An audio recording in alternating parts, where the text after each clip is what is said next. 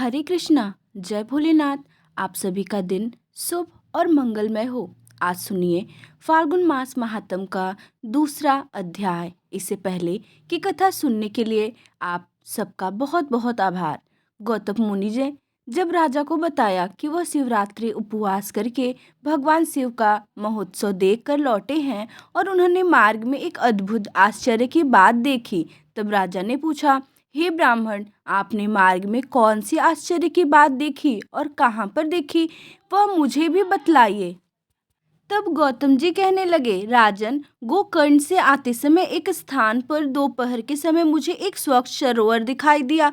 वहां जल पीकर मैंने रास्ते की थकान दूर की और घनी और शीतल छाया वाले बरगद के नीचे विश्राम किया। उसी समय थोड़ी ही दूर पर मैंने एक अंधी, बूढ़ी और दुबली पतली चांडाल को देखा। उसका मुंह सूख गया था, उसने कुछ भी भोजन नहीं किया था और वह अनेक प्रकार के रोगों से पीड़ित थी। उसके सभी अंगों में कोढ़ के घाव हो गए थे और बहुत से घावों में कीड़े भी पड़ गए थे।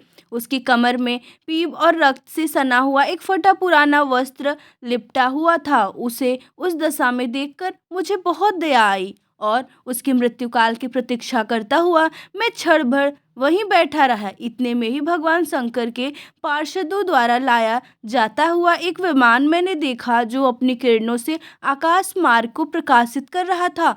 तब मैंने शीघ्र समीप जाकर आकाश में खड़े हुए उन शिवगणों से पूछा, आप लोगों को नमस्कार है। मैंने आप लोगों को पहचान लिया है। आप सभी महादेव जी के चरणों के सेवक हैं। आपने इस समय जो यहाँ आने का कष्ट उठाया है, वह आपकी यात्रा संपूर्ण लोगों की रक्षा करने के लिए हुई है, या आप लोगों को कोई विनोद सूझा है? कृपा करके मुझे बतलाइए, आप यहाँ किस लिए पधारे हैं? तब शिव जी के दूत बोले, मुने, यह सामने जो बूढ़ी डालनी मर रही है, इसी को ले जाने के लिए भगवान शिव ने हमें आदेश दिया है।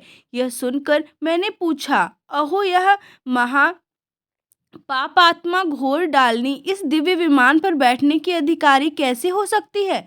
यह तो जन्म से लेकर जीवन भर प्रायः अपवित्र में ही डूबी रही, पाप मग्न और पाप का अनुगमन करने वाली है। यह दुराचार को आप लोग शिवलोक में क्यों ले जाना चाहते हैं? इसने तो कभी भी शिव जी का पंचाक्षर मंत्र नहीं जपा, शिव जी का पूजन नहीं किया और ना ही कभी भगवान शंकर का ध्यान ही किया है। सत्संग से सदा दूर रहने वाली इस अत्यंत क्रोधी स्वभाव वाली स्त्री को आप लोग भगवान शिव के लोक में कैसे ले जाना चाहते हो? अहो ईश्वर की इस लीला का रहस्य देहधारियों की समझ में आना कठिन है, जिससे पाप आत्मा प्राणी की दया करके परम पद में पहुंचाए जाते हैं। मैंने ऐसा कहने पर देवाधिदेव भगवान शिव के दूत इस प्रकार कहने लगे, महामते, यह कर्मों के परिपाक से प्राप्त होने वाली गति देखो, जो कि एक नीच से नीच नारी भी आज रोग शोक से रहित परम धाम पर आरूढ़ हो रही है। इसने पूर्व जन्म में अन्नदान नहीं किया था, अतः भूख प्यास आदि क्लेश से यहाँ पीड़ित हो रही है। इसने जो मदिरा के नशे में अंधी होकर बड़ा भयंकर पाप कर डाला था, उसी के फल से यह जन्म से ही अंधी हो गई है। पूर्व जन्म में इसने जानबूझकर गाय के बछड़े को खाया था, इसलिए इस जन्म में यह अतिशय निंद चांडाल हुई। इसने सदाचार का मार्ग त्याग कर पूर्व जन्म में व्याभिचार के मार्ग पर अपनाया था। इसी अकथनीय पाप से इस जन्म में यह दुराचार और दुर्भाग्यवती हुई है। विधवा होकर भी इसने दूसरे पति का आलिंगन किया।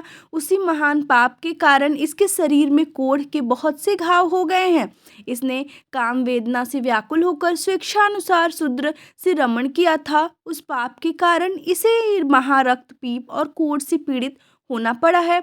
इसने कभी भी उत्तम व्रतों का पालन नहीं किया, यज्ञ पूजा नहीं की, कुआं आदि खुदवाने या बगीचे लगवाने का काम भी नहीं किया। उसी पापों से यह सब प्रकार के भोग साधनों से रहित होकर दुख भोग रही है। पूर्व जन्म में इस मूर्ख स्त्री ने मदिरा पान किया था, उस पाप से यह महायक्षमा की पीड़ा और हृदय शूल से तड़प रही है। मुनि श्रेष्ठ, विवेकी महात्मा यहीं पर सब मनुष्यों में उनके संपूर्ण पाप चिन्ह देखते हैं। यहाँ पर जो बहुत से रोगों द्वारा पीड़ित और पुत्र तथा धन से हीन है, जो दुष्ट लक्षणों से क्लेश पाने वाले और लाज छोड़कर भीख मांगने वाले हैं, वस्त्र, अन्न, पान, शय्या, भूषण और अभ्यंग आदि से वंचित, कुरूप, विद्याहीन, विकल अंगों वाले अर्थात लूले, लंगड़े आदि, कुंसित भोजन करने वाले, दुर्भाग्यवान, निंदे और दूसरों के सेवक हैं, यह सभी अपने पूर्व जन्म में बड़े भारी पापी रहे हैं। इस प्रकार यत्नपूर्वक विचार करके और संसार के मनुष्यों की दशा देखकर विद्वान पुरुष कभी भी पाप नहीं करता। अगर करे तो वह आत्मघाती है। जीव का यह मनुष्य शरीर अनेक प्रकार के सत्कर्मों का एकमात्र साधन है। इसके द्वारा सदा शुभ कर्मों का ही सेवन करें। पाप कर्मों को सदा के लिए सर्वदा सर्वथा त्याग दे। सुख की इच्छा रखने वाले को पुण्य करना चाहिए। मनुष्य का यह शरीर अत्यंत दुर्लभ है। इसे पाकर जो भी अपना हित चाहने वाला मनुष्य एकमात्र भगवान शिव की शरण लेता है, इस चित्त होकर उन्हीं का ध्यान करता है, वह समस्त पापों से तर जाता है। पहले इस दुराचार स्त्री के मुख में असावधानी में शिव जी का नाम उच्चारित हुआ। श्री गोकर्ण क्षेत्र में शिवरात्रि को उपवास करके रात में इसने जागरण किया और शिव जी के मस्तक पर बेल पत्र चढ़ाया। उसी का जो उत्तम फल है उसे यह आज भोगने जा रही है। यह सब तुम अपनी आंखों से देख रहे हो। गौतम जी कहते हैं, राजन, इस प्रकार कहकर उस दूतों ने उस चांडाल की योनि से जीव को खींचकर उसे दिव्य तेज से संपन्न कर दिया। उस नारी को दिव्य शरीर की प्राप्ति हुई और वह तेज की राशि से उदास हो उठी। इसके बाद भगवान शिव के दूतों ने प्रसन्न होकर उसे विमान पर बैठा लिया। वह परम उदार रूप और लावण्य से सुशोभित तथा दिव्य रूप धारण करने वाली हो गई। उसकी देह से सब और दिव्य सुगंध और दिव्य प्रकाश फैल रहे थे। वह विमान पर बैठी हुई शिव जी के चरणारविंद का स्मरण कर रही थी। उसे वे पार्षद भगवान महादेव जी के पास ले गए। उस समय सब लोकपाल आश्चर्यचकित होकर यह सब देख रहे थे।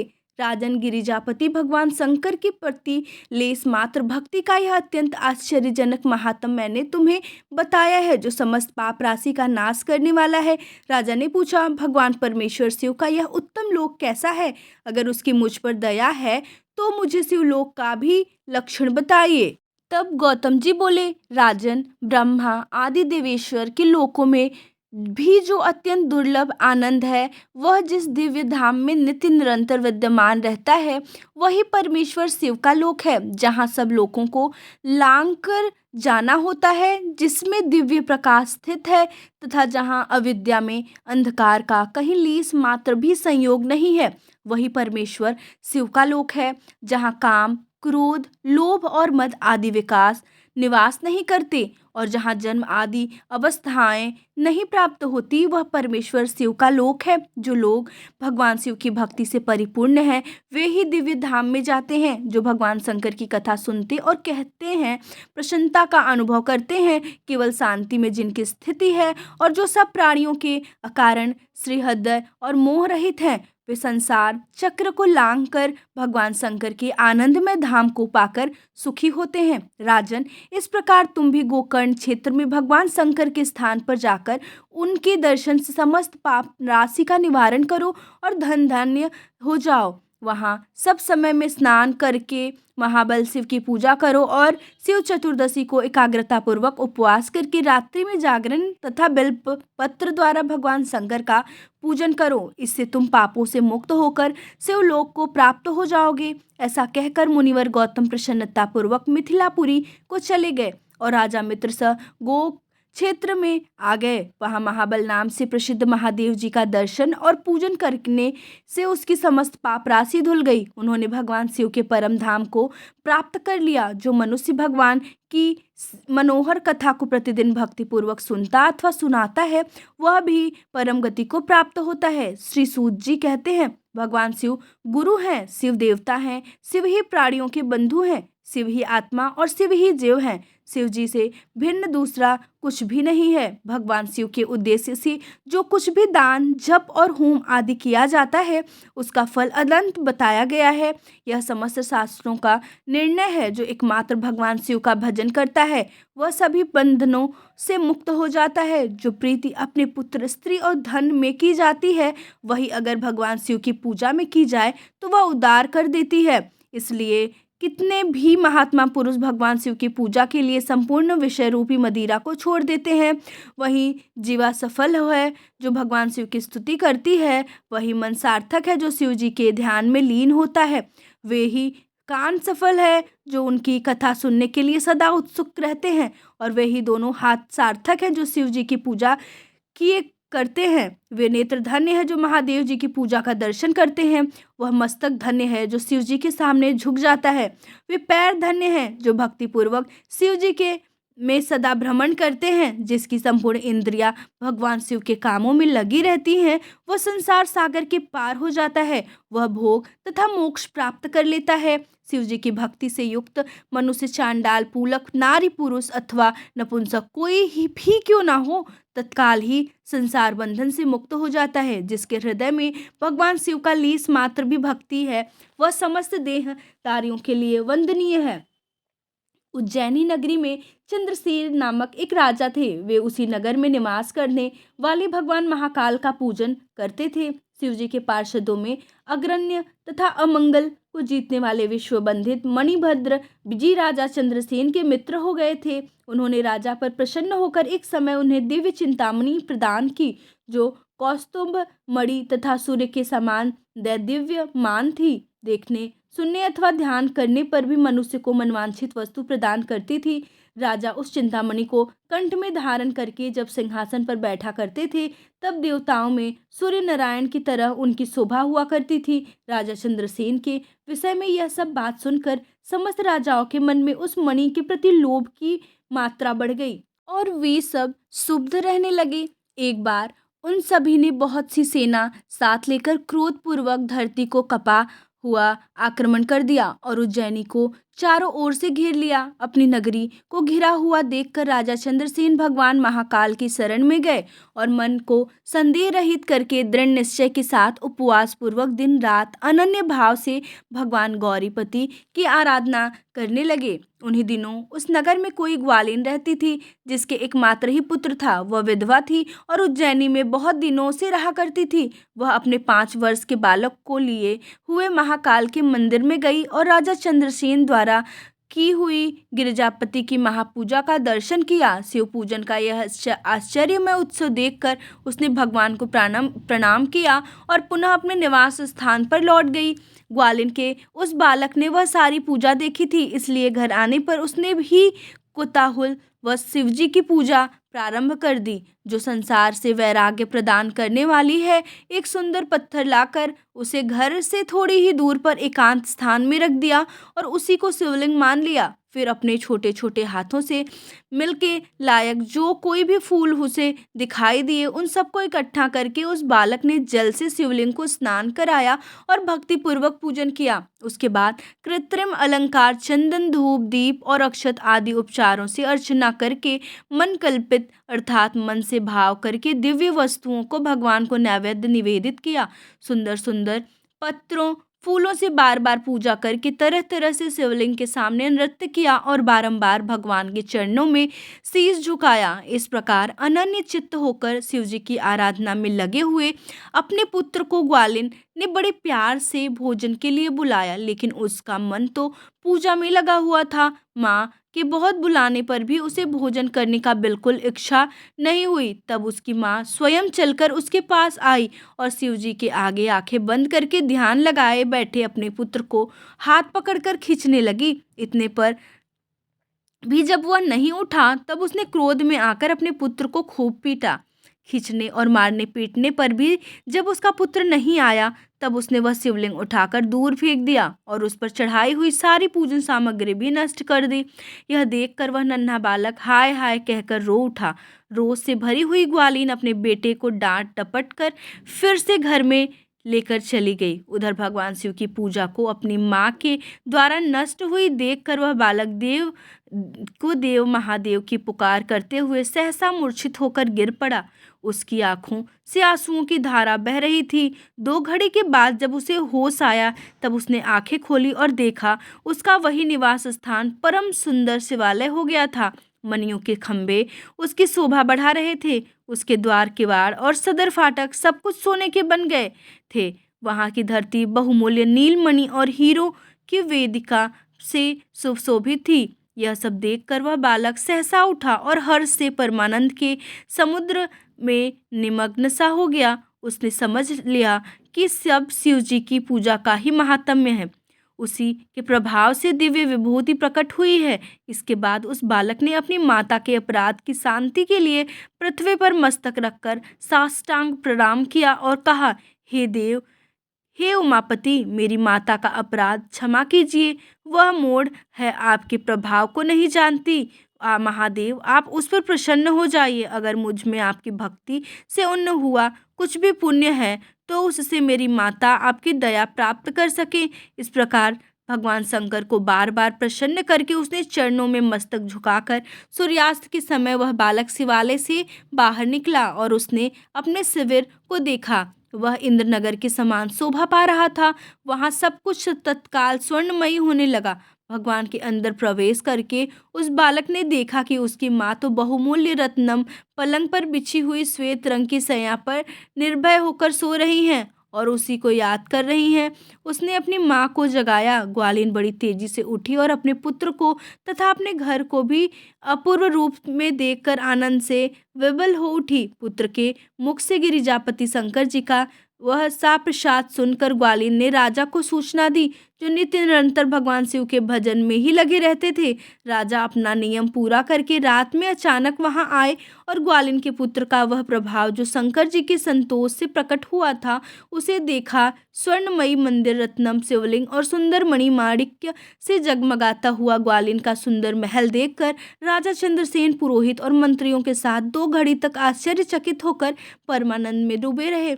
उसके बाद उन्होंने आंखों से प्रेम के आंसू बहाते हुए ग्वालिन के उस बालक को हृदय से लगा लिया। भगवान शिव के इस अद्भुत महात्म की चर्चा समस्त पूर्व वासियों में बड़ी तेजी से फैली और यही सब कहते सुनते वह रात मानो क्षण भर में ही बीत गई। युद्ध के लिए आए हुए नगर को उधर चारों ओर से घेर कर राजाओं ने भी प्रातःकाल अपने दूतों के मुख से यह परम अद्भुत समाचार सुना।